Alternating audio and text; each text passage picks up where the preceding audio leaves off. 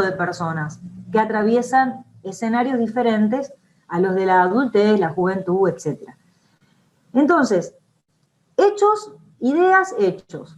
Pero a su vez, la ciencia busca este cotejo porque pretende poner a disposición de la humanidad un conocimiento que pueda ser calificado de verdadero. En la ciencia, las fake news, como se utiliza en los medios, no puede ni siquiera pensarse. Si esto ocurre, entran a jugar los mecanismos de la ética, los que hablaba Federico. Por eso también es muy importante la relación entre ciencia y ética. Esa significación hizo que la incluyéramos en la última unidad. Más aún, si no cumpliéramos con ciertas pautas éticas, seguramente el conocimiento que produzca, la teoría que produzca, la tesis que produzca al final, o el paper que publique, no pueda ser validado científicamente. Porque el cumplimiento de las normas éticas sería algo así como el respeto por las normas ISO de la calidad productiva. Es así. La ética en la ciencia no está al servicio de generar una mejor humanidad, que nuestro corazón sea más bueno. No, quizás lo seamos, quizás no. Está al servicio de la confiabilidad de nuestras teorías. Entonces, en este sentido, reglas tales como la transparencia en el manejo y en la manifestación de la información que tenemos, el cotejo sincero y la asunción de los errores, aunque nos duela en nuestro amor propio, admitir que nos equivocamos o que esta teoría no estaba perfectamente planteada, por ejemplo, o que mi enemigo máximo, mi enemiga máxima tenían más razón que yo, ¿no? Que es otro problema que tenemos en nuestros egos, en nuestros narcisismos, etc. Bueno, todo eso tiene que ver con las normas éticas que están al servicio de la calidad productiva de la ciencia. Porque si usted no trabaja con datos confiables, no es transparente en la expresión de la correspondencia o no que haya entre una idea y los datos de la realidad, si usted no se actualiza permanentemente, su pensamiento va a estar fosilizado en el tiempo. Si usted no coteja sus ideas con otros, no escucha a la comunidad científica, no publica para que los demás puedan acceder a su trabajo y desde allí se pueda hacer un verdadero diálogo y digamos, un proceso de falsacionismo, diríamos, simbólico, bueno, usted no está cumpliendo con las reglas éticas, pero tampoco con las reglas de productividad científica. Entonces, el resultado no va a ser una teoría consistente, es decir, que pueda ser considerada verdadera. Entonces, la ciencia es desde un punto de vista estático, ¿no? Si hablamos de la ciencia como un producto cultural, decimos que la ciencia es un fenómeno complejo, es un tipo de conocimiento que se construye a partir del cotejo entre las ideas, los hechos y la correspondencia entre ellos va a dar lugar a una teoría que pueda ser considerada consistente o verdadera, en el sentido popperiano del término. Entonces, como Mario Bunge, ¿saben cuándo murió Mario Bunge? No, este año murió. ¿Saben cuántos años tenía? ¿Saben? A ver, tiren un número. ¿Cuánto creen que tenía? Jugamos el arcado. 90 por ahí. Más. El año pasado había cumplido 100 años y estaba impecable, la cabeza le funcionaba de 10, era un genio, una energía, bueno, era un hombre extraordinario, viajó a Argentina hasta último momento. Yo creo que el año en el 18 me parece que viajó, el año pasado cuando cumplió 100, desde Argentina se editó un libro muy lindo en su homenaje, y bueno, falleció este año. No fue de COVID, fue de viejito nomás, ya estaba, digamos, con problemas de salud más importantes, y entonces, bueno, falleció este año.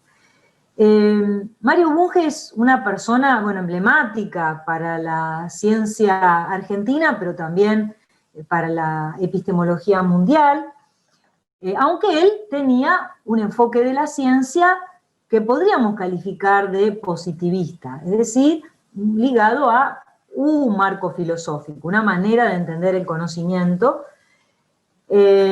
Para Bunge, en un libro clásico que ustedes tienen allí en los materiales, o lo pueden buscar también en internet, está en acceso abierto, este libro se llama La ciencia, su método y su filosofía. Es un libro básico, pero realmente sigue siendo claro para reflexionar.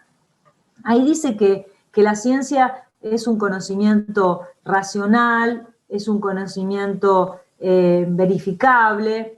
Es un creciente cuerpo de ideas. Eso. ¿Cómo dice Flor? Muy bien. Creciente cuerpo de ideas, que es un sistema de ideas y actividad productora de ideas. Exactamente. ¿Estás con el libro en la mano?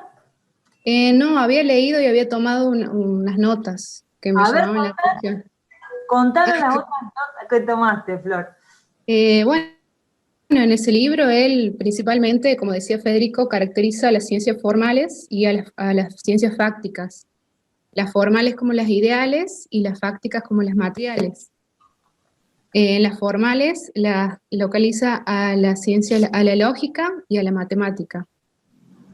Dicen que su materia prima es la ideal y no la fáctica, no entran en conflicto con la realidad, sino que se aplican a la realidad, y las ciencias formales forman un proceso constructivo de la experiencia que forma parte de las ciencias fácticas.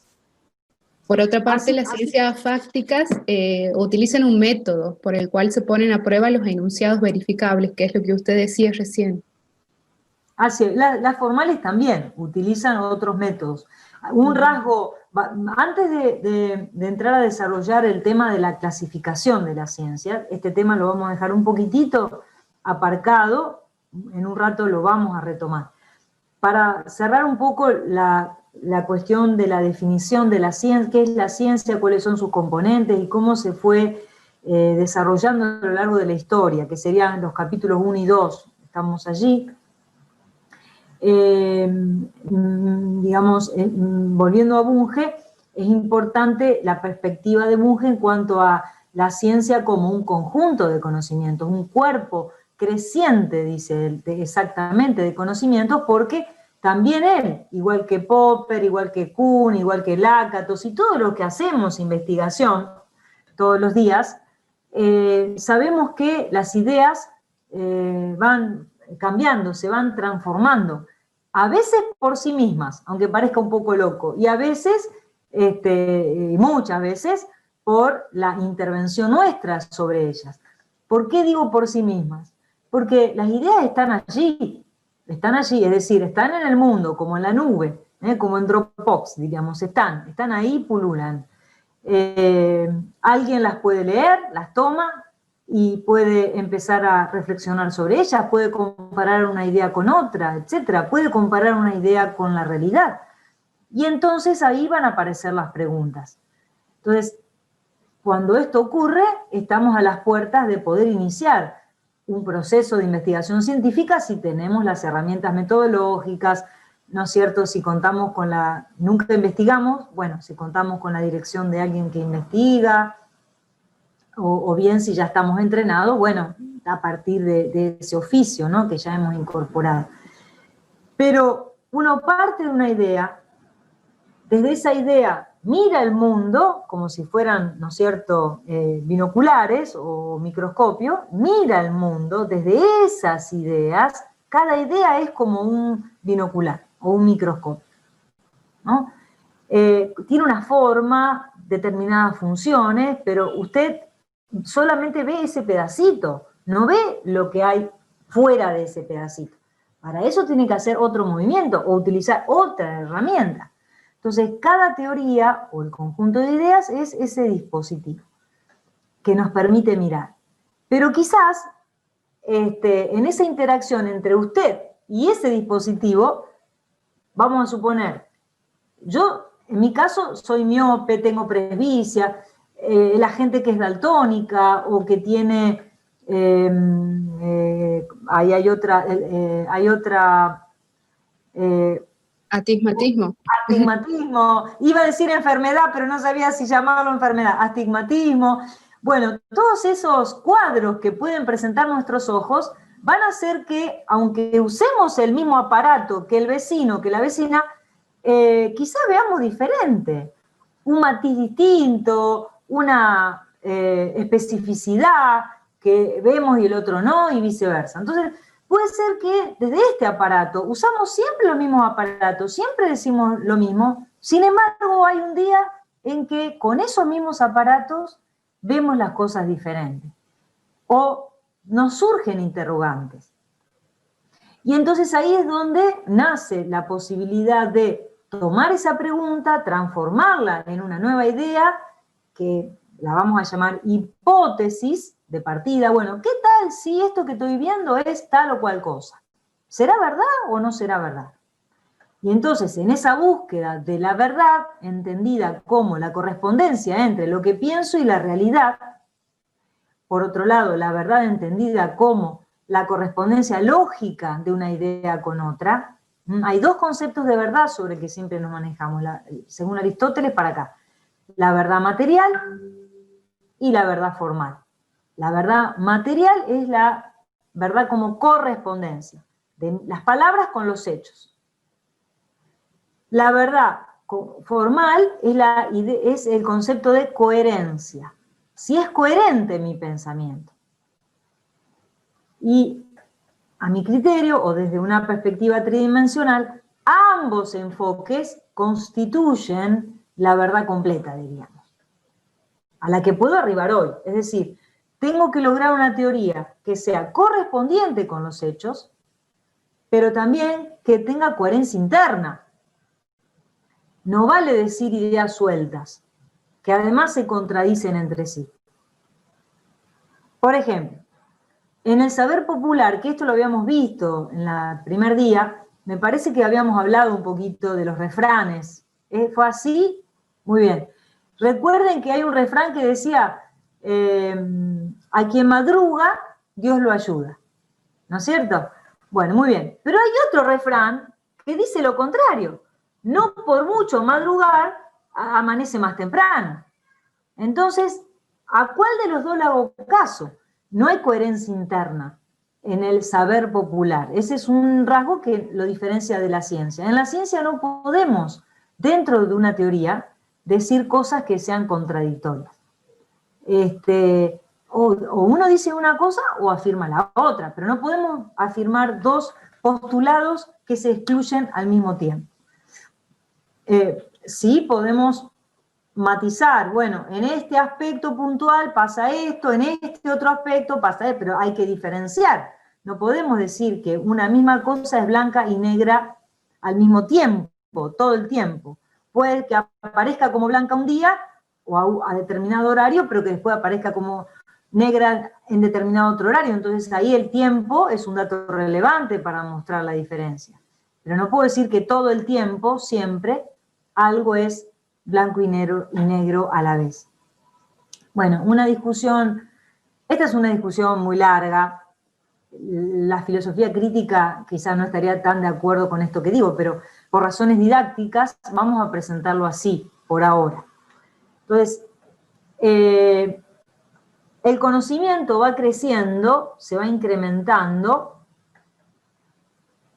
No podría decir que decrezca, porque desde que el ser humano está sobre la Tierra y desde que nace la filosofía y la ciencia en la antigüedad hasta ahora, lo que hemos visto es un crecimiento exponencial de teorías, ideas, un fondo de conocimiento científico enorme, dentro del cual algunas teorías, por supuesto, han muerto, se han dejado de lado, pero las seguimos recordando.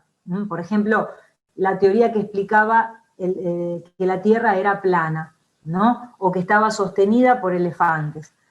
Bueno, eran hipótesis o tesis que se sostenían como si fueran totalmente verdaderas. Ya sabemos que no lo son, pero las recordamos, las sumamos a las teorías nuevas, ¿no? Pero el crecimiento al que alude Florencia de la lectura de Bunge tiene que ver con el hecho de que estemos frente a un tipo de conocimiento absolutamente vivo, debe estar vivo. Si lo cristalizo, lo transforma, deja de ser ciencia y lo transformo casi en un dogma de fe. Entonces ya lo desnaturalicé, ¿entienden? Por eso es tan importante esa norma ética que dice que no hay que fosilizarnos. Dice Bunge, no te fosilizarás. ¿Qué quiere decir esto? Que hay que estar siempre alerta. Miren, yo hoy de casualidad me desayuné este dato demográfico de España. Me impactó muchísimo porque me había quedado con esta idea de la OMS, de bueno, la bibliografía de demografía que hasta ahora hemos manejado.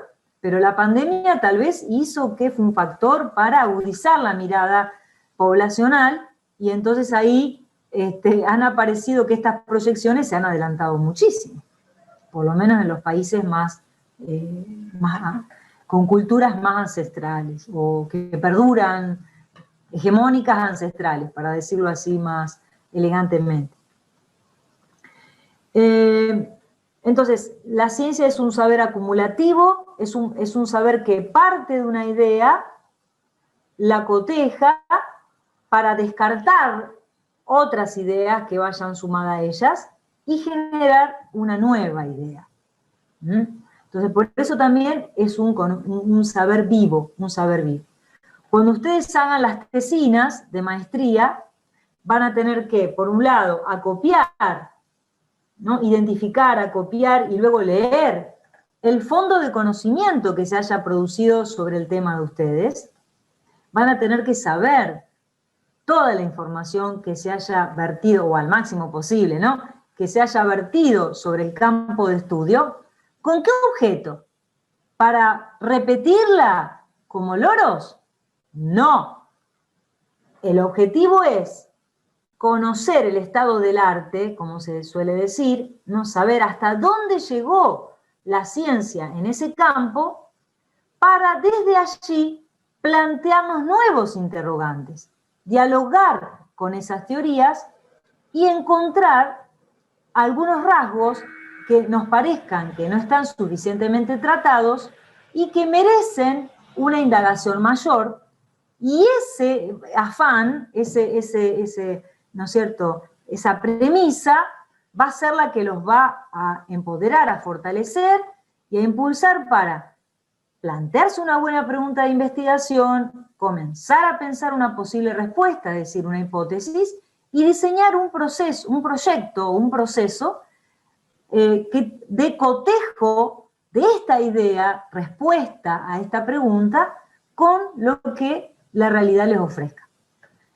El resultado de todo eso va a ser una tesina, que esperemos sea consistente, es decir, una teoría científica, que muestra un conjunto de ideas organizadas sistemáticamente, un libro, una tesina, tiene un índice que va a estar organizado, que es el sistema para ese libro que ustedes organizaron. Un capítulo va a estar concatenado con el otro, con el otro y con el otro, hasta llegar a la conclusión final, a las conclusiones.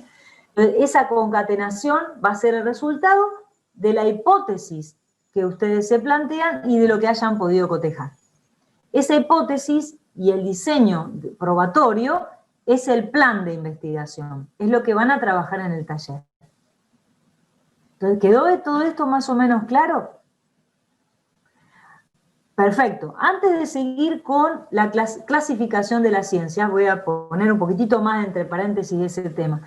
¿Alguna otra lectura quieran compartir, o reflexiones, o videos, o algún texto que hayan visto por allí, en relación a la pandemia, en relación al papel de los de los científicos hoy, ¿no? Que parecería que han vuelto al candelero, han vuelto a las marquesinas por el COVID.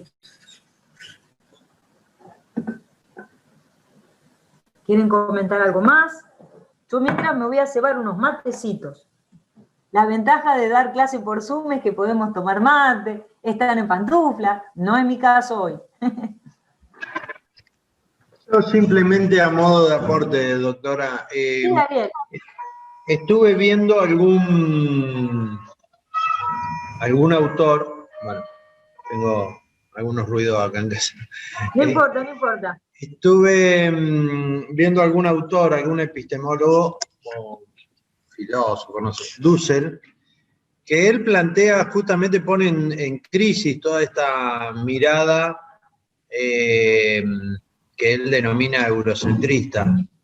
Y bueno, y de alguna manera sostiene que toda esta elaboración de conocimiento a partir de estas concepciones adolecen justamente de que miramos demasiado la cuestión a partir de la lógica de Europa.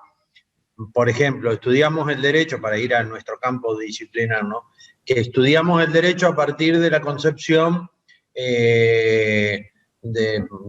por ejemplo, del derecho romano o del derecho de la filosofía desde los filósofos griegos, y él plantea justamente que la filosofía arranca ya en Egipto, que el derecho de los vulnerables ya aparece en el Código de Hammurabi. Bueno, pretende poner en crisis muchas de estas cosas que nosotros venimos estudiando y que, bueno, con las cuales yo me formé inclusive, y bueno, y a diario repito, y cuando uno lo escucha dice, bueno, estoy repitiendo hasta algunas cosas que nunca me las había cuestionado.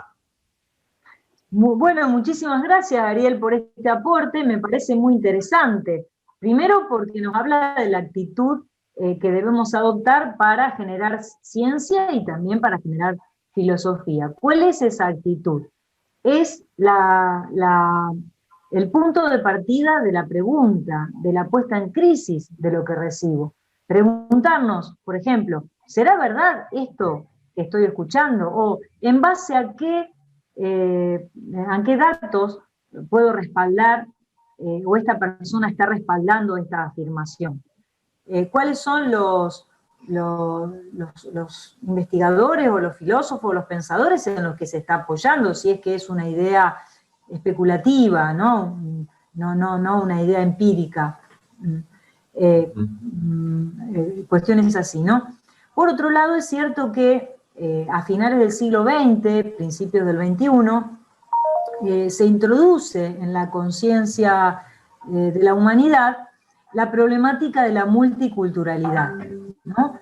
Si bien nace, me parece, de la mano de la percepción, la nueva mirada de las culturas indígenas, fue un impulso para hacer el cotejo con otras culturas no occidentales, como también lo son las culturas indígenas, que no son occidentales y cristianas en su origen, ¿no?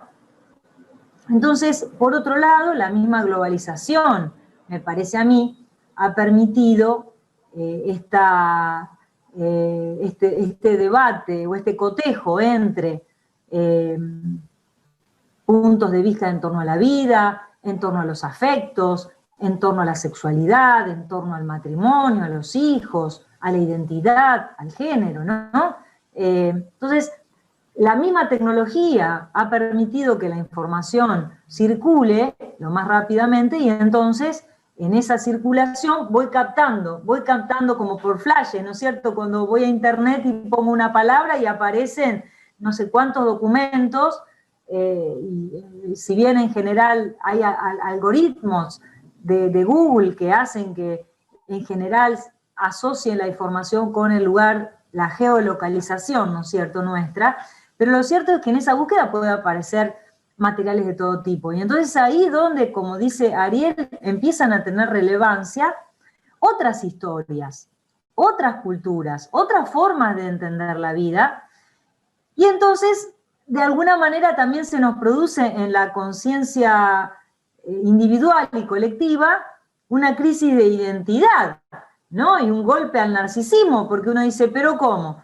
No es verdad que, o no soy la única, ¿no? Como en la familia, cuando uno descubre que bueno, papá y mamá no están solo para mí, cuando uno en la niñez, ¿no es cierto? Sino que ellos a su vez se aman, que a veces me tienen que dejar, o hay otros hijos, hay otras que también forman parte de ese grupo, y entonces, ¿cómo voy tramitando esto? Entonces, un golpe al narcisismo, diríamos, ¿no? La herida narcisista, creo que la llamaba así Freud. Bueno, ahora, esa herida narcisista, la traigo como metáfora de esto que está diciendo Ariel. ¿Cómo la tramito? Es decir, ¿cómo la tramito? Es una gran pregunta, porque puedo tramitarla, por ejemplo, quedándome en el enojo, en la bronca, y en una actitud de descreimiento de todo, ¿no? Puede ser una actitud, bueno, entonces me da lo mismo, si hay tantas culturas, y todas son igualmente válidas, entonces me da lo mismo, hago lo que me conviene. Puedo adoptar distintas respuestas. O bien, entre otras muchas, puedo sentarme a pensar, bueno, si esto es así, ¿habrá puntos de conexión, puntos de diferenciación? ¿Por qué solo nos hemos quedado con este relato? Para utilizar una frase que está circulando mucho últimamente. Bueno, esas preguntas podrían fantásticamente ser base de una investigación científica. Hay que ver, por supuesto, si estamos en condiciones de hacerla. Quiero decir, si tendremos el tiempo suficiente, podremos acceder a la documentación que necesitamos para profundizar, indagar, si tendremos tiempo para leer toda esa información, procesarla y luego escribir un libro. Quizá nos lleve toda la vida, quizá necesitemos un gran equipo de trabajo. En fin, lo que quiero decir con esto es que está muy bueno el cotejo y la tecnología actual nos permite acceder a información insospechada en otros años. Pero, bueno, frente a esta diversidad, esta enorme fondo de conocimiento que circula en las redes o circula en Internet, tengo que preguntarme a mí misma qué quiero hacer con esta información, cómo me afecta, si esta información me motiva a pensar otras cosas, bueno, ¿dónde voy a vehiculizar estas reflexiones? Desarrollar una maestría en Derecho Privado como esta es un buen espacio para eso. Digo, más allá de lo que decía Ariel, que tiene que ver con lo filosófico general, ¿no? Pero preguntarnos cosas tan importantes como el sentido de la propiedad privada. Vamos a suponer, ¿qué es la propiedad privada? ¿Es un derecho fundamental de igual pedigrí que el derecho a la vida, o que las libertades, o que el derecho a la asistencia y al cuidado cuando estoy en una situación de dependencia?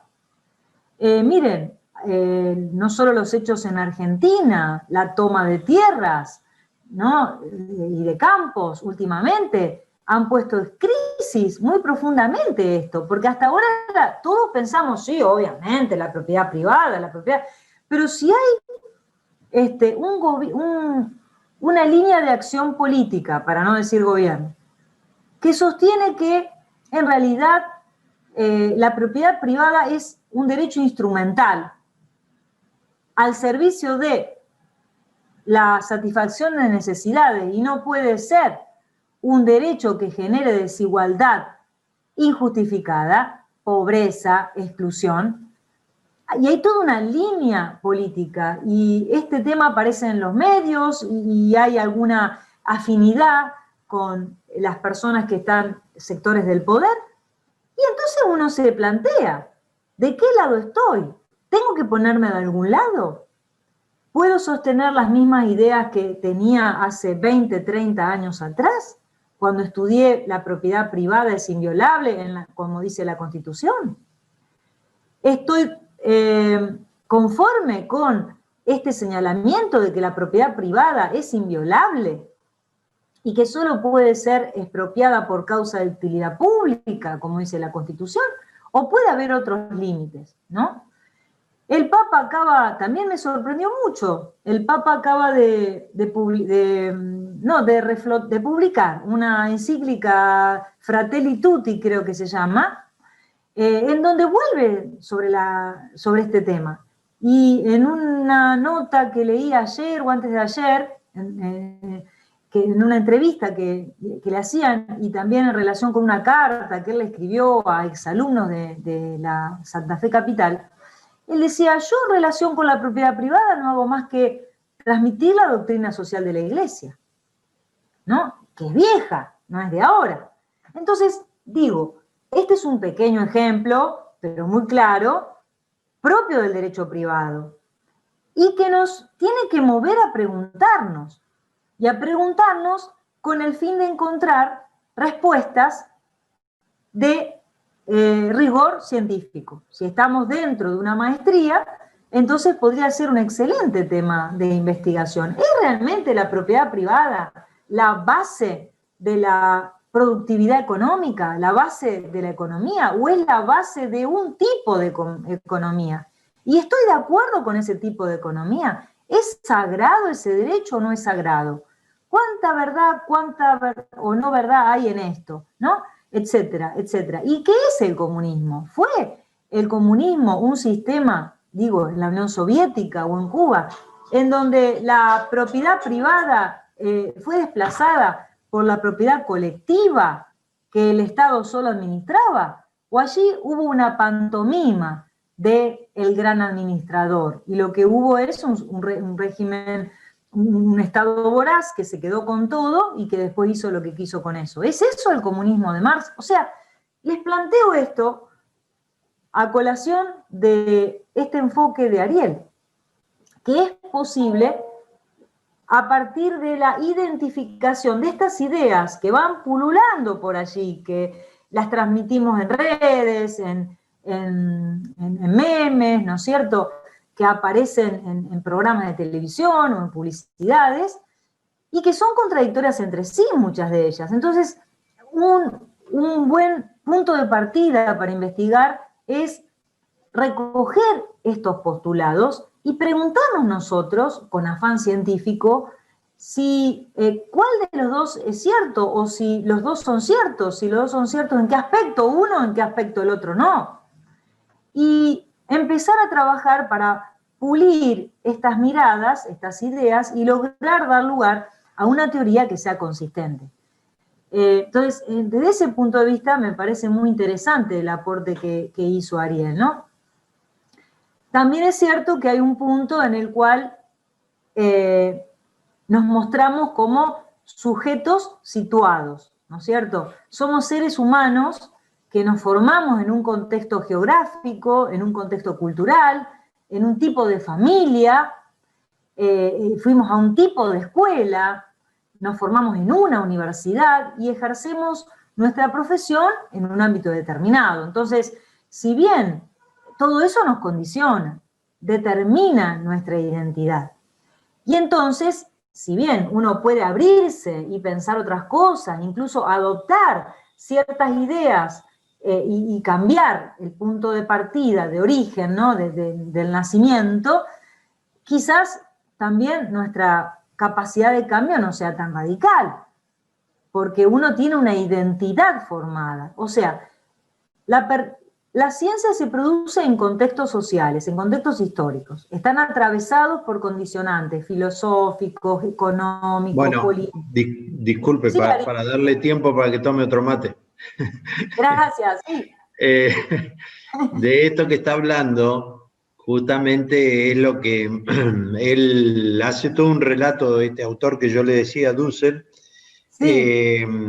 Lo que él plantea es justamente que nosotros pensamos a partir de categorías, que son estos, la formación, el capital cultural que traemos, y pensamos los problemas que nos suceden a partir de estas categorías. Por ejemplo, nos formamos en el derecho romano y entonces pensamos los roles femeninos y a partir del pater familia y a partir de, bueno, lo mismo hacemos con la propiedad privada, lo mismo hacemos con los pueblos originarios cuando pensamos que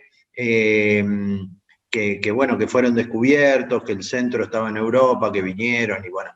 Él pone en crisis todo esto y él toma a un autor, que yo también estuve ahí indagando un poco, Quijano, que plantean toda una nueva categorización, digo esto por lo que venía diciendo, ¿no?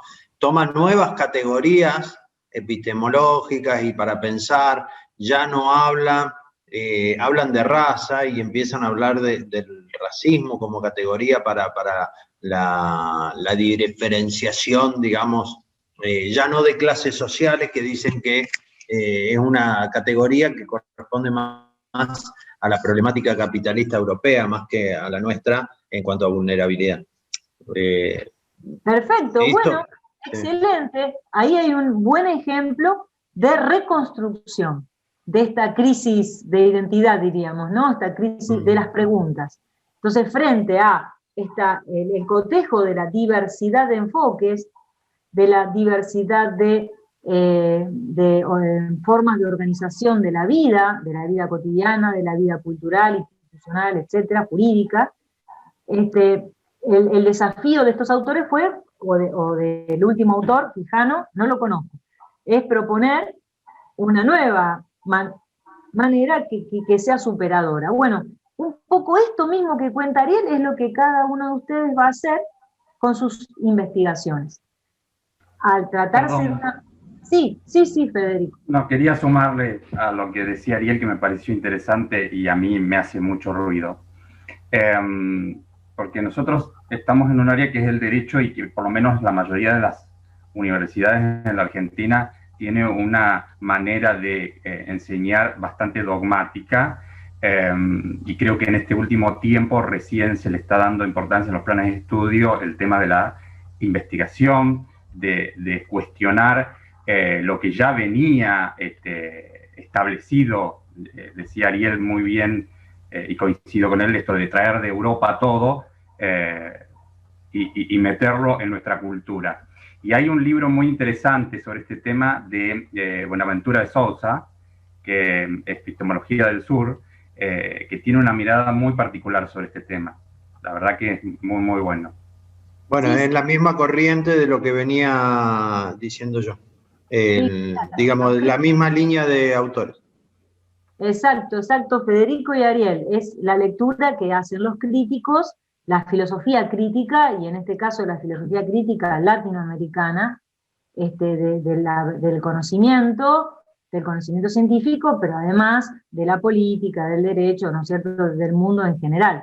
Diría que si ya tienen identificados esos autores y les gusta, les parece que es consistente con lo que ustedes intuyen o lo que ustedes venían pensando solos y de golpe se encuentran con estos autores que ponen en palabras y con precisión lo que ustedes venían pensando, quizás más libremente, siéntanse contentos porque quiere decir que ahí han encontrado un marco teórico, es decir, un conjunto de autores que les ofrecen categorías de análisis, puntos de partida para pensar, con los cuales ustedes se sienten más identificados, y entonces desde allí pueden diseñar un proyecto de investigación.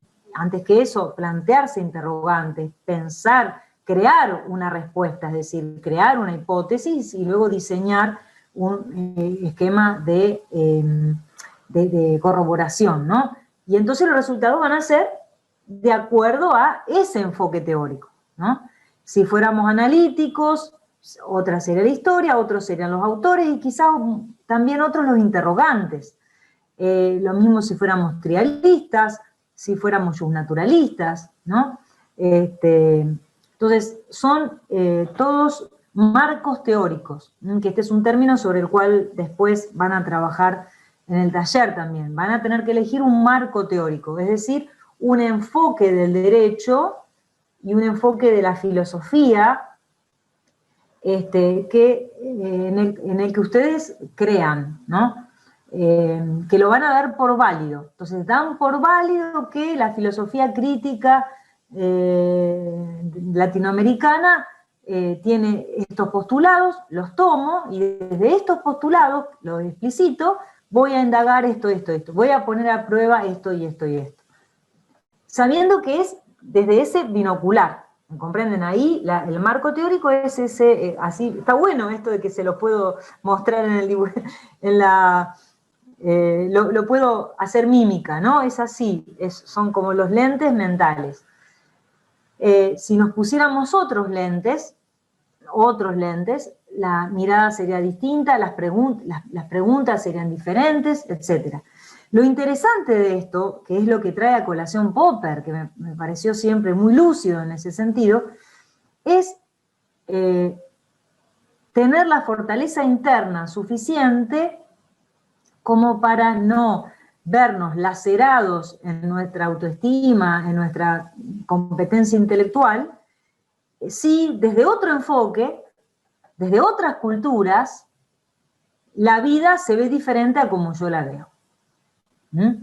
Es decir, esta lógica de amigo-enemigo. Por ejemplo, los otros días me preguntaban, bueno, ¿qué es la propiedad privada para el capitalismo y qué es la propiedad privada para el comunismo? Pero la pregunta era capciosa porque implicaba que yo le dijera cuál de las dos era la que estaba bien, la que era correcta, la que era verdadera, ¿no? Más allá de lo que dije de Rusia y de lo que pasó en la realidad, ¿no? En la teoría. Bueno, a ver, quizás no hay una que tenga toda la verdad, porque al menos desde mi posición tridimensional, la verdad es un valor al que nos acercamos de manera aproximada. Y acá también tomo ideas de Bunge. Nuestras teorías plantean verdades. El texto de Popper que subió a la plataforma habla de eso, del acercamiento a la verdad, digamos, que hay un acercamiento aproximado, digamos. Él va en contra del relativismo. Exactamente. Yo no creo que todo valga, como decía Feyerabend. Yo no estoy de acuerdo con eso. Realmente no me dedicaría a la ciencia. Si todo vale, entonces más vale, valga la redundancia, me hubiera dedicado al arte, me hubiera dedicado al deporte. Si da lo mismo una teoría respecto de otra, no. Honestamente pienso que no, que hay teorías más consistentes que otras. Porque están mejor planteadas, porque son más completas, porque hay más pruebas, porque son más resistentes a las críticas. Entonces, hay teorías mejor que otras. Ahora, cada teoría se desarrolla desde un enfoque que tengo que explicitar.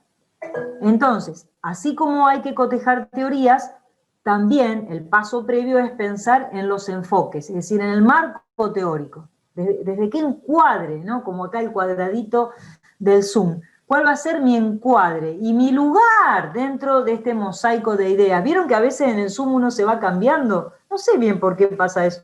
Si es que alguien ingresa o sale y entonces cambiamos de posición. Y el cuadradito puede ser más grande, más chico, puedo cambiarlo. Bueno, tengo que saber desde qué lugar hablo, cuál es ese encuadre que tengo, el alcance que van a tener mis palabras, porque eso también condiciona lo que pienso y el proceso de indagación. Ahora, también puede ocurrir que dentro del mismo marco teórico haya cambios. Y esto también hay que entenderlo porque las teorías son seres vivos o son ideas vivas. No son seres, son ideas vivas, que están vivas. Entonces, a través del tiempo, estas ideas se ponen también en crisis y van dando lugar a una especie de autorreciclado, ¿no? Y entonces, cuando utilizamos un término, digamos, típico de una teoría, con el paso del tiempo va a ir adquiriendo distintos sentidos. No exactamente el mismo sentido del punto de partida, sino que va a ir teniendo otra textura, otra densidad, como los vinos cuando se añejan, va a ir teniendo más complejidad ese término. Y eso también implica una transformación. Ahora, desde algún lugar hay que partir. Por eso digo, el relativismo en la ciencia no lo creo. Tampoco me gustan mucho las teorías de la posverdad, que es bastante, digamos, hay un sector dentro de los críticos que sí, que creen que todo es posverdad, es decir, que la verdad, bueno, es un relato, un cuento. No estoy de acuerdo, me parece que eso es irrespetuoso con nuestra capacidad de pensar. Quizás nos falte acceso a los datos sobre los cuales se apoyan esas afirmaciones. Bueno, eso es una cosa. Otra cosa muy distinta es decir que cualquier relato nos viene bien y que uso el relato, como decía Groucho Marx. Estas son mis ideas, pero si no te gustan, tengo otras. No, esa es la posverdad, básicamente, ¿no? Bueno, no estoy de acuerdo con eso. Sí es cierto que el saber es poder, sí es cierto que esta vinculación entre el conocimiento y las posibilidades de una persona, el poder, es siempre tentador para quien quiere ser poderoso o para quien lo es, y que el manejo de la información nos coloca en un lugar muy diferenciado de aquellos que no manejan esa información, pero además, no solo eso, si soy dueña de los medios de comunicación, no del contenido, no del mensaje, sino de los medios con los cuales se transmite el mensaje, casi diría que soy más poderosa de quien construye el mensaje. Y ahí ahora del algoritmo. Del algoritmo, bueno, tenés razón, Ariel. Bueno, exacto. Porque antes era la televisión, ¿no? Pero ahora quien maneje, quien sepa programar y maneje los algoritmos, entonces nos va la inteligencia artificial, en definitiva, que esto sería parte de la inteligencia artificial, podría llegar a manipularnos, pero yo creo que aún así siempre está la curiosidad, el asombro, la capacidad de asombro y la capacidad para interrogarnos, para sospechar, como decía Nietzsche, hay que sospechar. La sospecha, ¿qué quiere decir esto? Bueno, la duda metódica, cada filósofo lo fue planteando con distintas metáforas, con distintas palabras, pero todas, me parece, confluyen en el reconocimiento de nuestra competencia para poner en cuestión, para interrogarnos, para pensar, y si las cosas son diferentes a como nos la cuentan, y si esta idea la cotejo con esta, y veo que no son iguales, puedo llevar a cabo un proceso de pensamiento crítico, ¿no? que me va a llevar a elaborar mi propia posición, que también va a ser objeto de críticas. Así que bueno, bienvenida a las críticas, porque son el primer paso para que la ciencia exista, sea un conocimiento vivo y fluido, y que fluya. Bueno, entonces, con todo esto que hemos dicho, me parece que hemos dado una buena pincelada en torno al concepto de ciencia, su distinción con otros tipos de conocimiento, la ciencia como fenómeno complejo, la tridimensionalidad. Hemos visto algunos flashes, algunos hitos de la evolución que las reflexiones en torno a la ciencia en Occidente se han desarrollado. Y ahora sí me parece que podemos retomar un poquitito el tema de las clasificaciones de la ciencia para ir cerrando con una pregunta, y es si el derecho es o no una ciencia y a dónde lo incluiríamos. Entonces, Federico y Flor habían leído textos sobre clasificación de la ciencia. No sé si alguien más, o si quieren hablar otros que no sean ellos, díganlo ahora o callen para siempre. Bueno, entonces le damos la palabra a Flor y a Federico. Abran sus micrófonos. Perdón. En Sí, realidad, lo de Bunge me chocó con otro texto que estaba en la bibliografía, que es de von Kissmann, si no me equivoco, porque ese texto es como que hace, no logro interpretarlo si habla de la ciencia del derecho como no ciencia, o como que llegara tarde a la investigación. Eso es la sensación que me quedó. sí, esa es la conclusión, pero a Kirchmann vamos a ir después, sobre el cierre. Te vas a sos vanguardista, Fede, vas postulando, ahí vamos a llegar.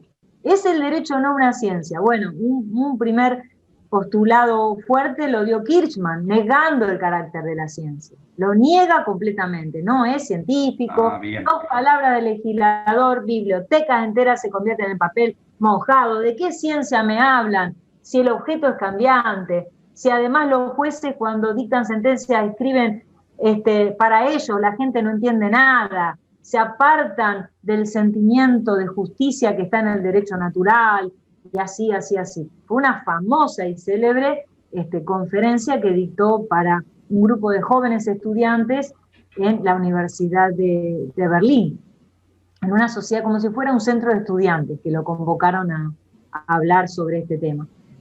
Pero antes de ir ahí, entonces, clase de ciencia. No sé si Fede o Flor. Bueno, él la cataloga como una ciencia social que genera cambios en forma continua. No recuerdo mucho más sobre eso, capaz que Florencia... Muy bien. Y Flor, algo ya nos dijo, pero si quiere ampliar. No, yo me había quedado en la clasificación de las ciencias formales y fácticas, que les había armado un esquema, pero al derecho no había llegado al análisis que hace Bunge. Bueno, muy bien. Miren, sobre la base de lo que ustedes señalaron, aporto otros datitos. La primera cuestión que podemos refrescar, es la siguiente. La discusión en torno a la clasificación de la ciencia se plantea de una manera nítida en el siglo XIX, en la segunda mitad del siglo XIX, cuando las ciencias particulares que habían nacido en la modernidad, en la edad moderna me refiero, a partir del desarrollo de la física de Newton, a partir de la medicina con Miguel de Servet, a partir de la economía, fines del siglo XVIII, principios del XIX, la consolidación del derecho como ciencia, por la exégesis, etcétera, la matemática, la geometría, ¿no? Entonces, la biología, en la medida en que las ciencias se fueron atomizando, dividiendo en función de su objeto de estudio, y a su vez, cada ciencia por sí misma se fue ganando consistencia, cuerpo y autonomía, andando el tiempo, o sea, segunda mitad del siglo XIX, en la edad contemporánea, se plantea la pregunta de si es posible, si estas ciencias particulares tienen rasgos en comunes, si las podemos agrupar de alguna manera y cuáles serían esos criterios para lograrlo. Esta discusión se plantea primero a instancias del positivismo filosófico, que tan funcional fue durante la Edad Moderna y principios de la Edad Contemporánea para el desarrollo de las ciencias particulares. ¿Qué decía básicamente el positivismo filosófico, el positivismo en torno al conocimiento? Un representante es Augusto Comte, principios del siglo XIX, fines del XVIII, principios del XIX. Entonces, el positivismo dice que solo es científico aquel conocimiento basado en hechos observables o en relaciones observables entre esos hechos. Entonces, el único conocimiento válido es el que se deriva de pruebas empíricas, ¿no? Es el que está basado en hechos. De ahí que las ciencias fácticas, para utilizar la clasificación de Bunge, se convirtieron muy rápidamente en las reinas de las ciencias, ¿no? En el modelo a seguir, incluso más que la matemática o la geografía, que son ciencias formales, son abstractas. cuyos componentes, los números, no los podemos ver en la realidad. Los podemos pensar, los podemos aplicar en un patito más un patito es igual a 2 patitos. Pero esa es una forma de hacer didáctica, de hacer accesible a quienes no hemos tenido todavía poder de abstracción. Pero el 1, el 2, los números muestran objetos que son abstractos, que son difíciles de asir y de pensar y luego de utilizar. Entonces, en general, los metaforizamos, ¿cómo? Le damos cuerpo, lo aplicamos a, ya les digo, los patitos, los fósforos, y así es que desde niños, niñas, vamos aprendiendo los números. Pero en realidad es una ciencia formal, abstracta, porque puede desarrollarse de manera ajena a los hechos. El positivismo cree que solo es científico aquello que yo puedo corroborar en los hechos, ¿no? Básicamente es eso. Pero claro, esto, ya les digo, empoderó a muchísimas áreas del conocimiento, la física, entre ellas, etc. Pero llegó un momento en que empezaron a desarrollarse otros campos de estudio que estaban a caballo entre lo fáctico y lo abstracto, como por ejemplo la historia. La historia, que es la ciencia de los hechos del pasado. El pasado, ¿en qué medida realmente lo podemos reconstruir? Por ahora, con la tecnología actual, lo reconstruimos relativamente, es decir, con fuentes indirectas, aunque acudamos a documentos históricos, aunque tengamos el código de Hammurabi en nuestras manos, ¿no? Y lo veamos, lo analicemos, lo estudiemos microscópicamente, hasta, no sé, el ADN del código de Hammurabi, y quizás descubramos cómo era el ADN de la persona que lo tocó, ¿sí? Dejó huella, vamos a suponer. Pero aún así, ¿cómo hacemos para reconstruir la vida de ese momento? Para poder poner en vida, por ejemplo, otra metáfora, los cuerpos que están calcinados, calcificados, hecho piedras, ¿cómo se llama? Ahora se me fue de la cabeza, yo lo visité en Italia, ese pueblo que quedó tapado por el volcán Etna, por la erupción del Etna, y que quedó allí. ¿Pompeya? Pompeya, sí. Gracias, Cristian, Pompeya. Miren, tengo la cabeza tan cansada que no me acuerdo de Pompeya, que lo vi, estuve allí. Es muy impactante. Hay cuerpos que están intactos, que se han convertido en piedra, porque fueron cubiertos por la lava que irrumpió de golpe.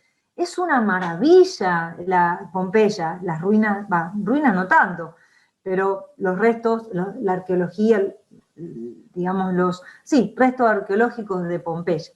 Entonces, vuelvo a lo que estábamos diciendo, ¿no? Entonces, esta historia, la historia como ciencia, ¿qué es? ¿Es una ciencia fáctica de la misma manera que las ciencias naturales, en donde yo puedo reproducir permanentemente la plantita de la frutilla, o puedo reproducir los pececitos, se me muere uno, pero lo reemplazo, es un bien fungible, además de consumible, etcétera, etcétera. Pero el pasado no es un bien fungible, y además, ¿cómo hago para darle vida de nuevo y poder abordar esa realidad a la manera de un sociólogo o socióloga, ¿no? Entonces, bueno, ciencias como estas, e incluso el propio derecho, se debate en torno a su categoría, en cuanto a su categoría como tipo de conocimiento. Entonces, estos debates y el desarrollo de las ciencias sociales, en definitiva, de la sociología, de la historia, de la psicología más adelante, también el desarrollo dentro de la matemática de la estadística, ¿no? La geografía, van a poner sobre la mesa la discusión en torno al carácter científico de estos saberes. Y va a haber una escuela que es la del neocantismo de Baden, a ver si lo puedo anotar acá en el chat, la escuela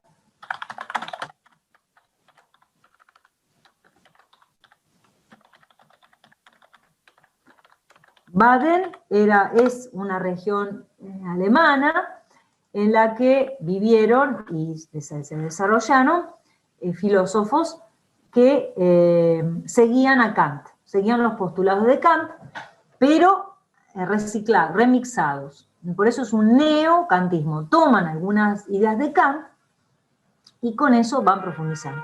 Y una de las ideas que toman es esta distinción que está en Kant entre las ciencias del ser y las ciencias del deber ser, que también la va a tomar más adelante Kelsen.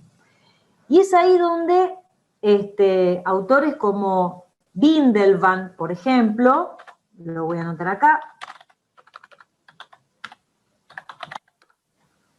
Lask, o incluso un poquito más adelante Max Weber, frente a la pregunta acerca del carácter científico de las ciencias sociales, de la historia, entendiendo por ciencias sociales historias, sociología, psicología, derecho, van a decir sí, van a responder es científica, pero tiene rasgos muy diferentes a los de las ciencias a las que dio lugar el positivismo, a los de las ciencias fácticas, en el sentido de Bunge, fuerte del término, o a las ciencias formales, como la matemática.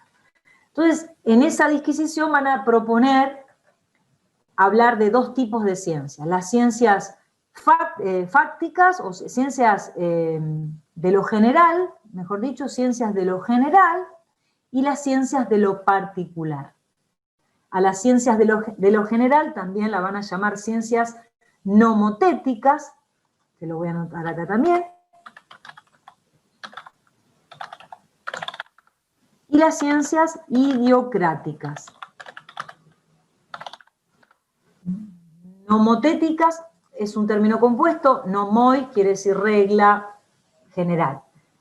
Idiocráticas, idio quiere decir lo específico, lo particular. Entonces, Windelband, Rickert, otro neocantiano, Rickert, lo voy a anotar también, van a decir, miren, en realidad no hay una única forma de hacer ciencia como pensaban los positivistas. Al menos hasta ahora podemos identificar dos modelos. El de las ciencias de lo general y el de las ciencias de lo particular. En las ciencias de lo general, el objeto de estudio es estable, el objeto de estudio es previsible, el objeto de estudio suele estar ligado a la naturaleza. Por lo tanto, el propósito de quien indague sobre estos objetos va a ser descubrir las leyes que rigen a este mundo o a los fenómenos que están dentro de este campo. Y esas leyes van a tener carácter universal, no van a estar atravesadas por ninguna especificidad. Por ejemplo, la ley de la gravedad, la ley que explica la dilatación de los metales, la ley que explica la fotosíntesis, la ley que explica la genética, la reproducción humana, o la reproducción genética de una vida con otra, ¿no? Manteniendo ciertos rasgos. Todo eso, van a decir estos filósofos, son ejemplos de ciencias de lo general. Estas ciencias, por su objeto, tienen que tener un método específico. El propósito es elaborar teorías que expliquen estos fenómenos y todos los demás. Son ciencias cuya doctrina tiene pretensión de universalidad. Pero hay otro tipo de fenómenos a los que no les podemos aplicar estos esquemas de indagación, de razonamiento y de construcción de teorías. Esas son las ciencias de lo particular, como es el caso de la historia, como es el caso de la sociología, como es el caso hasta de la geografía, y por qué no, el derecho. En este caso, las ciencias, el objeto de estudio atrae, llama la atención, motiva nuestras preguntas, precisamente en función de su especificidad, en función de las rarezas, diríamos, de las propiedades específicas que presentan. Y entonces estas ciencias requieren para su desarrollo de métodos de identificación de estos rasgos particulares, a partir de los cuales podamos elaborar teorías que expliquen esa diferencia, no que expliquen lo que es común. De aquí va a surgir una línea muy interesante, que es la del comprensivismo, que es la que va a dar lugar a Max Weber, y que va a poner en el centro de la atención, dentro de las ciencias sociales, la búsqueda de la comprensión, no la descripción de los fenómenos, como sí hacen las ciencias de lo general.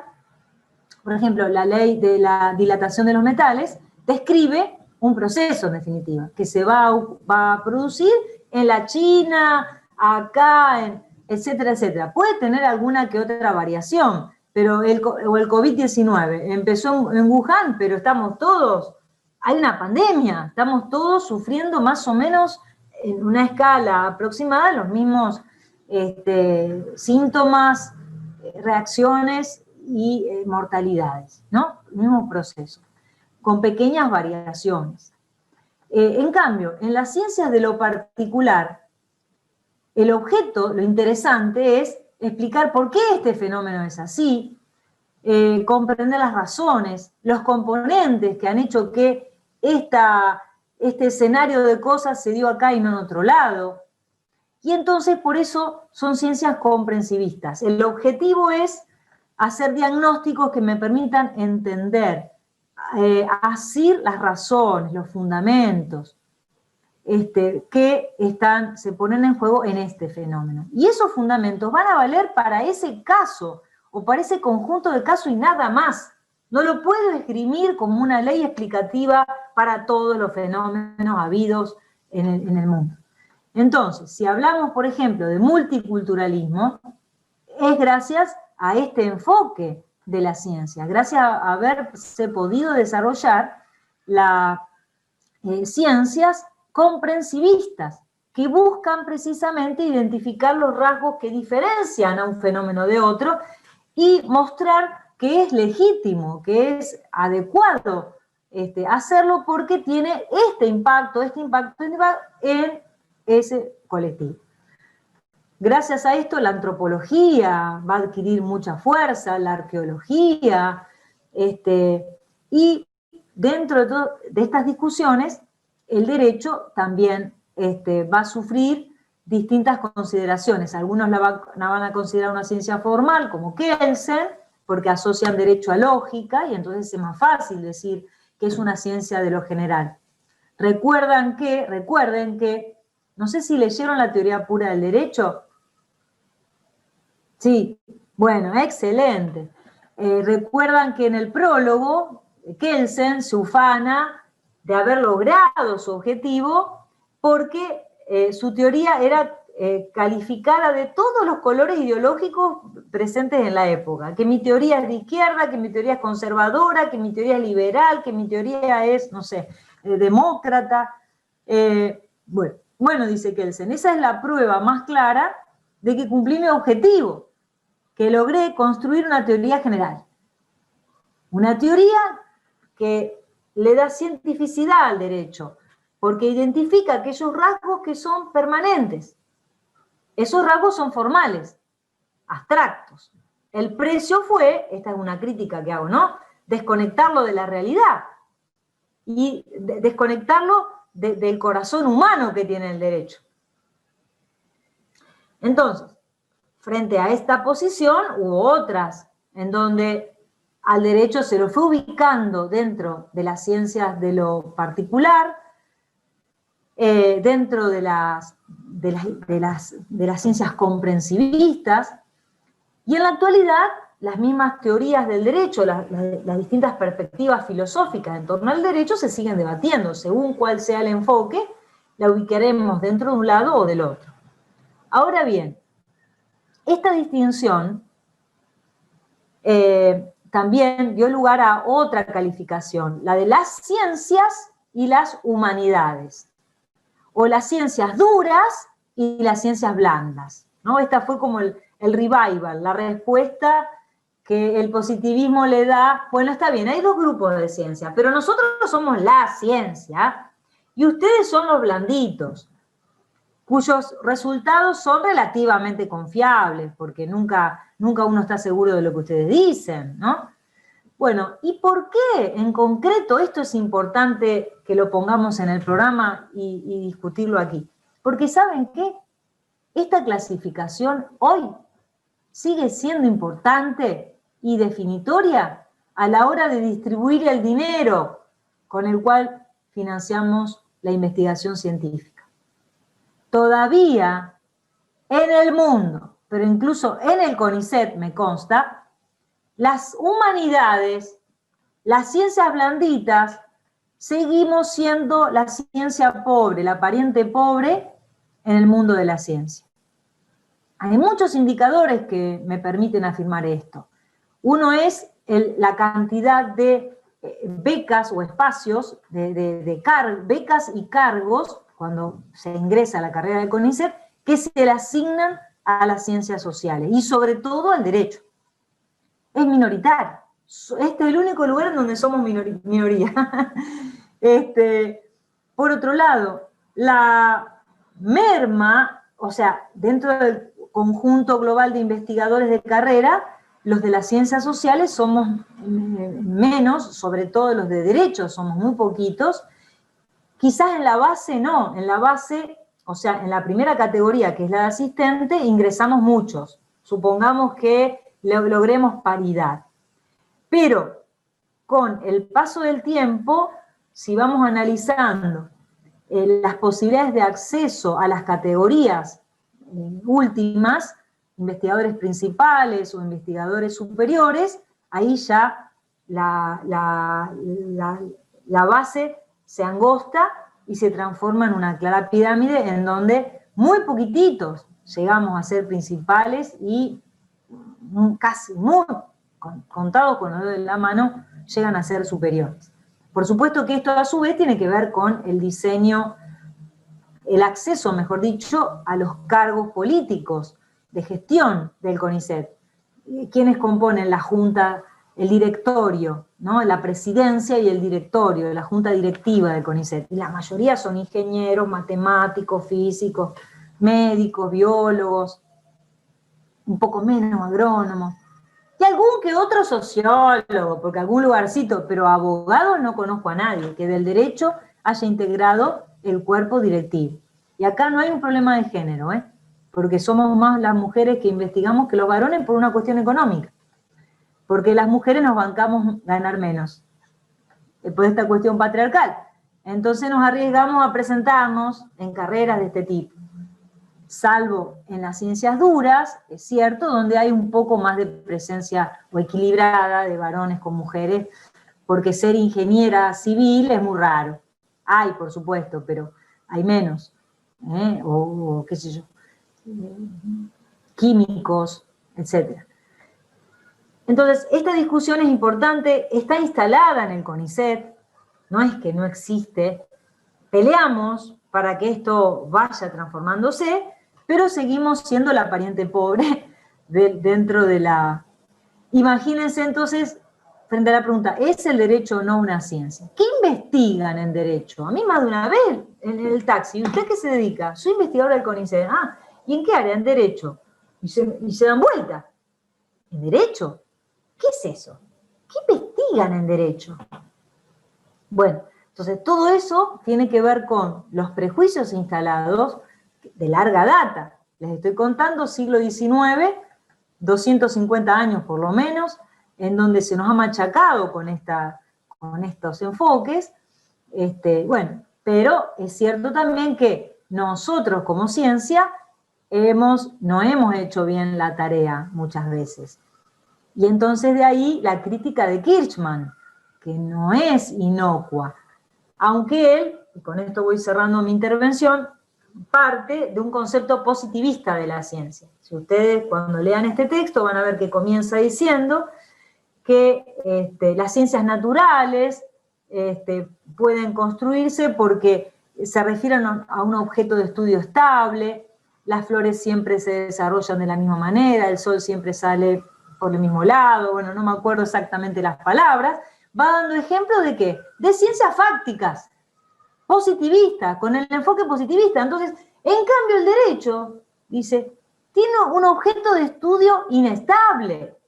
Y ahí viene esa famosa frase, 2 palabras del legislador y bibliotecas enteras, y es cierto, es cierto. Miren lo que estamos viviendo ahora, lo que hizo Macri, lo que tejió Macri, lo está destejiendo. Lo que había tejido Cristina, Macri lo destejió, tejió otra cosa, ahora viene desteje y desteje. Y así van pasando, y estamos mareadísimos ya, no sabemos cuál es la legalidad, ¿no? Cuál es el cuerpo normativo al que podemos aspirar. Por eso ningún empresario quiere invertir. Entre otras cosas, podemos pensarlo. Cuando los empresarios, la pyme, el pequeño empresario, el dueño de un kiosco, o alguien que tiene un patrimonio para invertir, ¿pero en qué lo voy a invertir? Si hoy dicen una cosa, mañana otra y pasado otra. La inestabilidad. Entonces hace que no podamos tener elementos consistentes para la toma de decisiones a largo plazo. Entonces, Kirchmann va a decir, en realidad no dice eso Kirchmann. Kirchmann dice, esta inestabilidad nuestro objeto hace que la ciencia sea un imposible.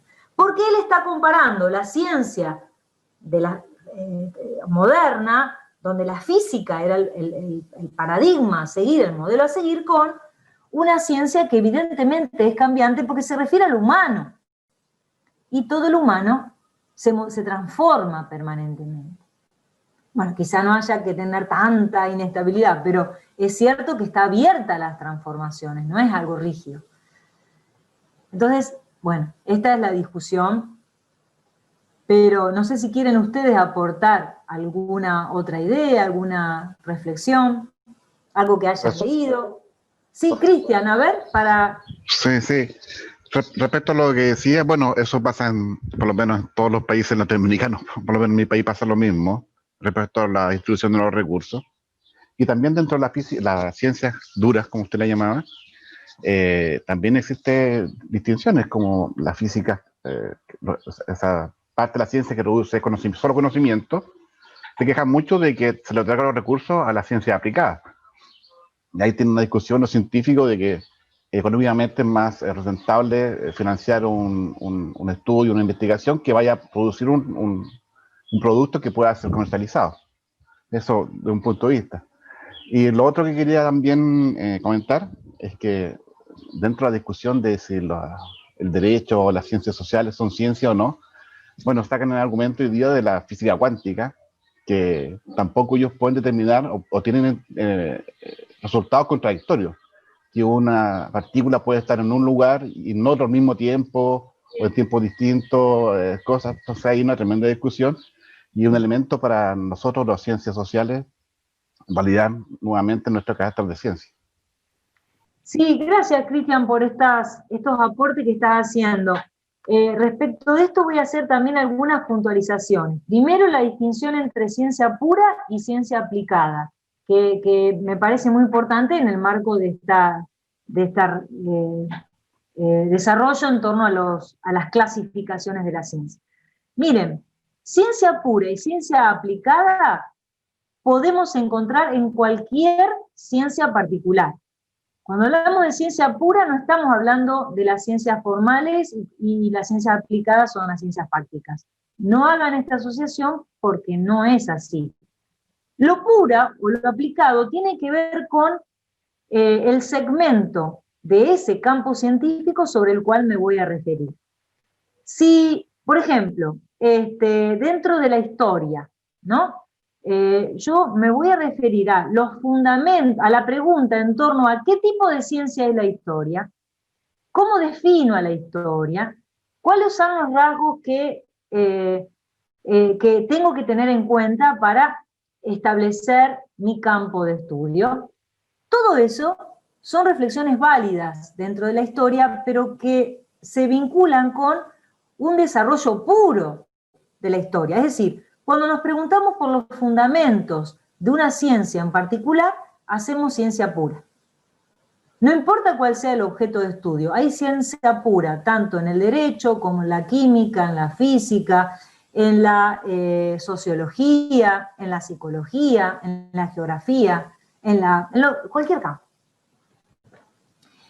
Lo aplicado, cuando hablo de ciencia aplicada, cuando lo que estudio es un tema que puedo cotejar de manera directa con la realidad. Entonces, preguntarme por los fundamentos de una ciencia no siempre me vincula de manera directa con la realidad, con los hechos. En cambio, por ejemplo, me puedo preguntar, ¿cuáles son los fundamentos del derecho de la vejez? Entonces, puedo dar muchos fundamentos. Pero después me puedo preguntar, bueno, pero, ¿qué es la capacidad jurídica en la vejez? ¿O qué transformaciones sufre la habilidad cognitiva de una persona en la vejez? ¿Sufre transformaciones? ¿Cuáles son? ¿Es el régimen de la capacidad jurídica adecuado a las respuestas que necesitan? Entonces, o bien, ¿qué es la violencia dirigida a las personas mayores? ¿Qué regulación hay? ¿Los remedios que existen son eficaces o no? ¿O son correspondientes con lo que dice la... Bueno, ese tipo de análisis es de ciencia aplicada, porque nos estamos refiriendo a un tema específico, concreto, no a los fundamentos. Damos por hecho que el derecho de la vejez existe, que está configurado por estos elementos, y entonces voy directamente a uno y lo analizo. ¿Me comprende? Entonces lo puro y lo aplicado son conceptos que valen para cualquier ciencia. En física puede haber ciencia pura y ciencia aplicada. Si me pregunto por la materia, o me pregunto por la energía, y por la porción más pequeña de energía, como lo que han pretendido hacer con la construcción de la máquina de Dios. ¿Se acuerdan que hace unos años atrás se construyó esta máquina para poder ver la partícula más pequeña de materia, es decir, energía? Porque hasta ahora la idea de átomo es una metáfora, nadie vio un átomo, es una metáfora. Entonces quieren ver la materia. Entonces se desarrolló este aparato tecnológico, todavía no sabemos bien los resultados. Eso es ciencia pura. Pero, o si yo me pregunto, bueno, ¿qué es la energía? Y entonces están las teorías de las cuerdas, la teoría cuántica, la teoría del atomista.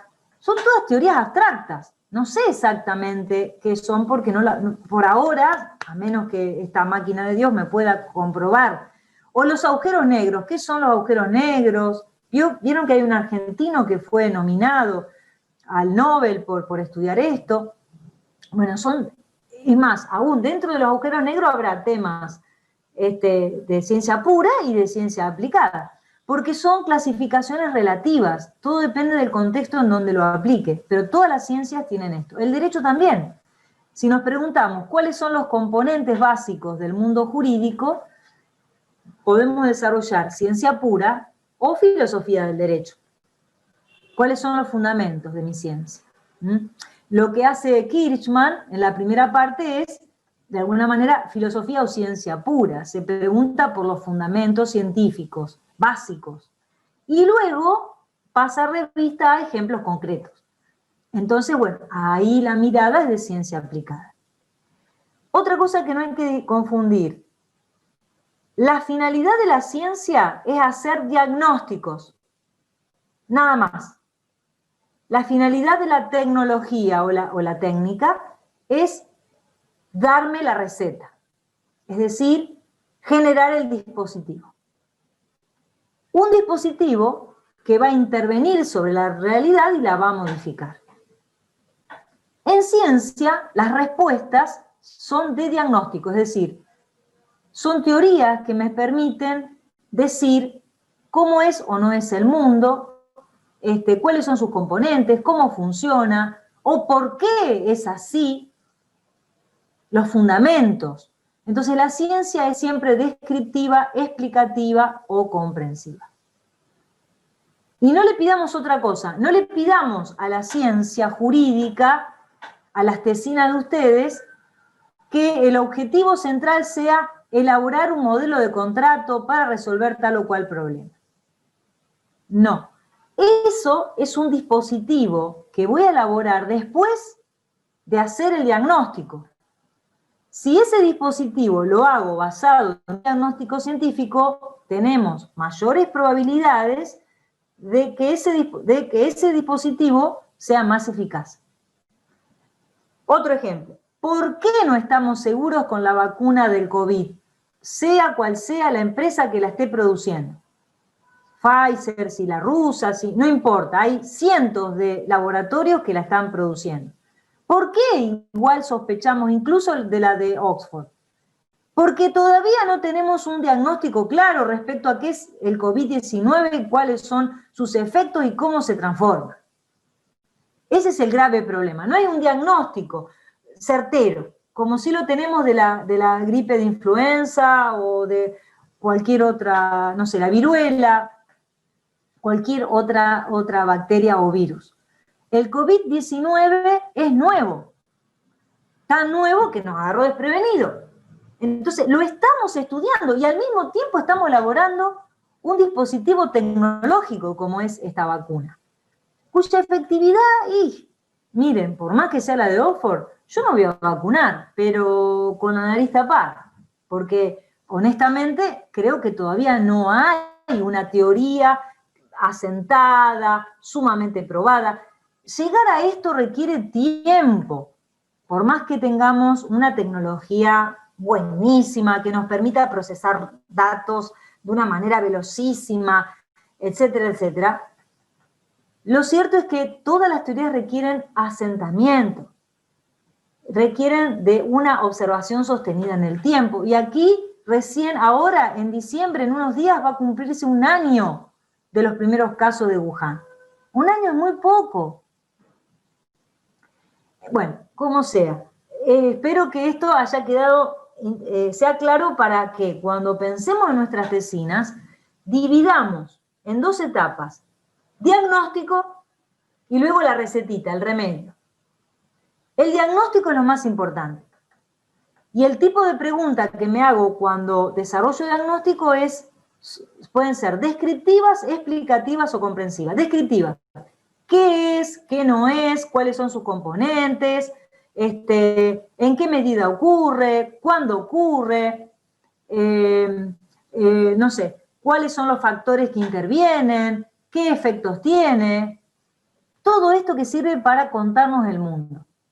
Explicativa, descriptiva. Bueno, este fenómeno encuadra en alguna teoría que nos permita ver un fenómeno más general. Explicativa. Comprensiva. Bueno, ¿por qué es importante remarcar este fenómeno? ¿Qué nos aporta a la humanidad en su conjunto? Nada más. La pregunta en torno a ¿cómo hago para curarme del COVID?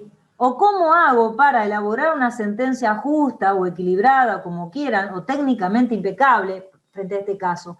¿O qué legislación o qué instituto puedo incorporar para resolver? Eso es de tecnología o técnica jurídica.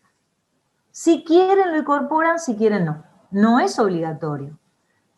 Como somos abogados y entonces estamos más atravesados por la búsqueda de una respuesta, de una solución práctica, entonces pensamos en el dispositivo antes que pensar en el diagnóstico. No, no, no, no. Acá pongamos el ansia de salvar al mundo entre paréntesis y focalicémonos en preguntarnos cómo es ese mundo, qué es lo que está pasando, elaboremos un diagnóstico hipotético, bueno, me parece que es esto, que el problema es esto, corroboremos a la manera en que hace los profesionales de la salud cuando vamos porque me duele la espalda. Bueno, nos escuchan, toman nota, se plantean una hipótesis de lo que a usted le puede ocurrir, bueno, puede ser esto, pero vamos a hacer tales y cuales estudios. Lo hacen, los traen, los llevan a la clínica y entonces en función de esas pruebas corrobora o no su diagnóstico. Si no lo corrobora, no, bueno, entonces vamos a hacer otras pruebas y así, hasta que finalmente están todas las piezas suficientes para que se pueda elaborar un diagnóstico que le diga a usted lo que tiene o cómo son las cosas. Y una vez que esto está comprendido, se pasa al segundo paso, que es la medicación. Bueno, o el diseño de la terapia. Lo mismo tenemos que hacer en el derecho. Y voy cerrando con esta idea. Ustedes tienen ahí subido un artículo que escribí hace unos años, pero me parece que sigue teniendo validez, que se llama El derecho como complejidad de saberes diversos. En ese artículo, lo que sostengo es que el derecho, el mundo jurídico, es la resultante del diálogo de todos los tipos de conocimiento. Es decir, ni Kirchmann tiene razón, ni Eric Wolf, que 100 años después intentó refutarlo, ni Kirchmann tiene razón, es decir, el derecho en ningún lado es científico, ni tampoco Wolf, que pretendía que todo el derecho sea científico. ¿Por qué? Porque lo que hace un juez, un legislador, ustedes cuando litigan o cuando asesoran una empresa, es tecnología jurídica. Lo que hacen es lo que hace el médico en el consultorio. Diagnostica, pero para que resolverle a usted el problema, y para usted le diseñan la solución. El derecho es tecnología jurídica, es filosofía, porque tenemos que preguntarnos por los fundamentos, dejar abierta la pregunta en torno a lo humano, ¿no?, del derecho. Es también doxa, porque los contratos son para las partes como la ley misma, cualquiera puede establecer un acuerdo, no hace falta ser jurista para negociar y llegar a un acuerdo en una situación de intercambio de lo que sea. O todos podemos opinar respecto a la carga impositiva, etc. Y con esto vamos generando derecho. De hecho, en el Congreso, en los congresos, en el Poder Legislativo, no todos son abogados. No son todos expertos en el mundo jurídico, por lo tanto son legos en torno al mundo jurídico, por más que tengan asesores. Y por otro lado, el derecho es un saber doxático, ya lo dije, pero ¿dónde está lo científico? Bueno, y aquí es donde muy importante es el lugar que ahora estamos teniendo dentro del cual nos conocemos. El único espacio, a mi criterio, en donde el derecho es ciencia, es cuando generamos doctrina. Doctrina. Es decir, en este espacio. Las tesis van a ser parte de las fuentes de conocimiento, de la doctrina. ¿Qué es la doctrina? Es una fuente que nos permite comprender cómo el derecho es o no es, cuáles son los grises, las fortalezas, las debilidades. Y también podemos dejar pinceladas en torno a cómo modificar lo que estamos viendo. Pero ningún autor de doctrina va a generar un proyecto de ley. Ese proyecto de ley lo presentará en el Congreso, ¿me comprenden? Lo puede hacer en base a su libro, pero lo va a presentar en el Congreso. Lo puede publicar, pero va a ser un anexo, no va a ser parte de una teoría que intenta explicar las bondades y maldades, o fortalezas y debilidades, oportunidades, etcétera, que tiene el sistema. O lo malo que es el sistema, y por lo tanto hay que borrarlo de un plumazo, como quiera. Entonces, ¿qué es la ciencia jurídica? A mi criterio, lo que hay en la doctrina. En la doctrina se cumplen todos los estándares que estamos revisando y que van a seguir. Lamentablemente no siempre. Lamentablemente no todavía, no del todo, pero sí de a poquito lo que vemos desde el campo de la investigación profesional es que vamos mejorando paso a paso en la adaptación de nuestra forma de producir a los estándares que se van considerando válidos en las ciencias sociales. A menos que usted parta de un concepto de derecho formal, bueno, en las ciencias formales, ¿no? Dentro de la clase de ciencia donde usted se siente identificado cuando habla de lo jurídico. Entonces, eso despacito se está modificando. Un indicador es el crecimiento lento, pero sostenido, de revistas científicas del derecho, que están organizadas conforme a las normas de calidad, normas ISO, normas internacionales, que requieren, por ejemplo, del cotejo de los borradores que uno envía a la revista por el sistema de referato doble ciego, el envío de revistas de manera anónima, para que los evaluadores, y usted tampoco conozca al evaluador, ese es el sistema doble ciego, la obligación de publicar en distintas revistas, no publicar siempre en la misma, porque eso también se considera endogámico y por lo tanto sospechoso de parcialidad, ¿no? En fin, hay muchísimas reglas a seguir en relación con la producción científica y sobre todo las publicaciones. Las editoriales de libros cada vez más están siendo exigidas para adoptar estos criterios. De hecho, en Argentina, la única editorial que logró ser acreditada como científica es Astrea, porque tiene el referato doble ciego, porque tiene consejo asesor, por múltiples razones. Pero en el mundo hay cada vez más bases de libros científicos, dentro de los cuales los libros jurídicos empiezan a crecer. Por ejemplo, en Europa, me parece que Marcial Pons también fue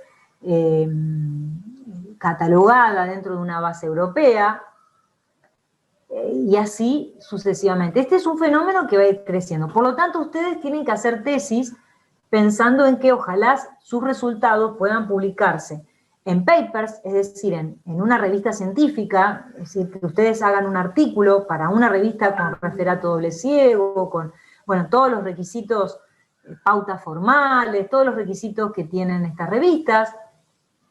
Si es fuera de su lugar de origen, mejor, porque entonces más se garantiza mayor neutralidad. Cuando ustedes lean, busquen también información en las revistas científicas. Sobre eso van a trabajar más en el taller, no se preocupen.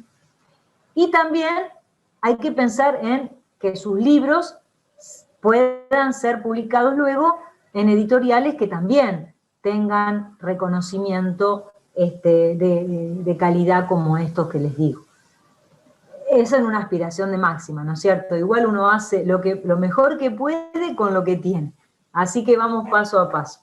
Esto que les cuento es para incentivarlos a crecer, porque veo que es un grupo muy interesante, muy inteligente, y confío en las capacidades productivas de cada uno de ustedes.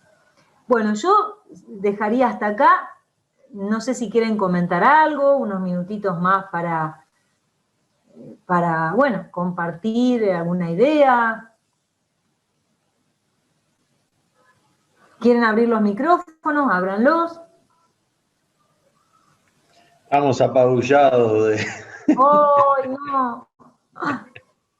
Bueno, no, tranquilos, paso a paso. Epistemología es una materia que puede ser medio densa, sobre todo si uno no está tan acostumbrado a estos temas, pero han hecho buenas lecturas, están encaminados, y sepan que es una materia que va a estar en el inconsciente de su investigación, o sea, en la base, salvo que ustedes quieran trabajar un tema de epistemológico dentro del derecho privado, pero no suele ser habitual esto.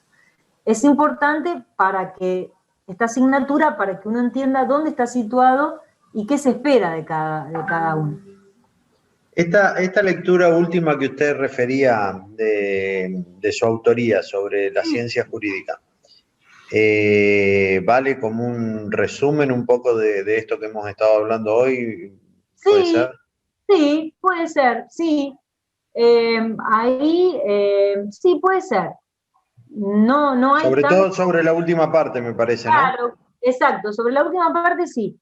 Hay varios artículos que escribía ya hace bastante tiempo, pero bueno, todavía creo que se mantienen vigentes.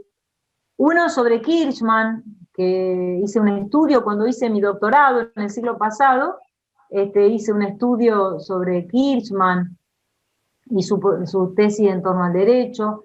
Este artículo, después otro sobre los productos de la ciencia jurídica, hay otro arqueología de la ciencia jurídica, son algunos artículos que pueden servir. También hay materiales de Mariana Isern que son muy interesantes. Hay un artículo que publicó hace poco que seguramente se lo va a compartir, que es muy bueno, respecto a cómo diseñar un proyecto. Todo esto lo van a ver más en taller, ¿no? Pero bueno, puede servirles de base. Hay un librito de Heimonat, de Ludovico Heimonat, que es de Historia de la Ciencia, muy cortito, es una síntesis, es un libro que resumen, que lo escribió él, pero que resume otro libro más completo, que puede ser de interés para completarlo, la lectura evolutiva. Bueno, esto más o menos para... Pero hay muchísimo material en internet, inclusive muy bueno. Busquen en Google Academia, en todo caso, si tienen dudas, para más certeza, ahí van a encontrar textos publicados en revistas científicas o referencia a libros que pueden ser más confiables que lo que uno encuentra libremente. Bien. Y ustedes tienen que cerrar esta asignatura con un ensayo. ¿Se acuerdan de esto? No sé si lo hemos hablado. Se los digo en 2 segunditos. Para poder aprobar esta asignatura tienen que presentar un pequeño texto, un pequeño escrito, que es un ensayo. ¿Qué es un ensayo? Es un escrito, un texto en el cual ustedes vuelcan reflexiones libres sobre un tema del programa. Entonces, por ejemplo, las lecturas que ustedes fueron haciendo, excelente, porque pueden usarlas para hacer una reflexión sobre eso que leyeron y lo que hemos ido hablando. Entonces, por ejemplo, a Eugenia, que le gustó el artículo del capítulo del libro de la tolerancia intelectual de Popper, bueno, perfecto, lo puede tomar, profundizar, leerlo que sea nuevamente y hacer una reflexión sobre eso. O bien pueden tomar un tema de la ciencia sobre el cual quieran escribir. El ensayo no es una monografía, es un texto libre, es decir, no necesitan hacer una indagación, recopilación bibliográfica, lectura, compilación y luego escriben. No, es un texto de redacción libre, solo condicionada por el tema, tiene que ser de epistemología. Para hacerlo más fácil, pueden tomar un texto, o pueden tomar una noticia periodística vinculada o algún aspecto de sus investigaciones que les parezca que conecta con lo que hemos visto. Es un trabajo cortito, 4 o 5 páginas, no largo. Esto puede ser bueno o malo, porque a veces es más difícil escribir cortito. Pero bueno, máximo 8 páginas, no mucho más. Imagínense que van a escribir una editorial para un diario, ¿no? Entonces es un texto corto, en donde tienen que usar eficientemente el lenguaje, pensarlo mucho, masticar lo que quieren decir, lo hacen un croquis, un pequeño esquemita, y después redactan un texto corto, pero contundente, con una introducción, en donde se plantean, bueno, el objeto de este ensayo, voy a trabajar sobre tal, los ejes, bueno, voy a analizar esto, y después lo van desgranando y un cierre. ¿Para qué fecha hay que entregarlo? Bueno, ¿les parece marzo? ¿Fin de marzo? Porque no muy a la larga. ¿Fin de marzo les parece bien? Bueno, perfecto. El último día, 31 de marzo, ¿podría dejarnos su email por consulta? Sí, y lo voy a anotar acá.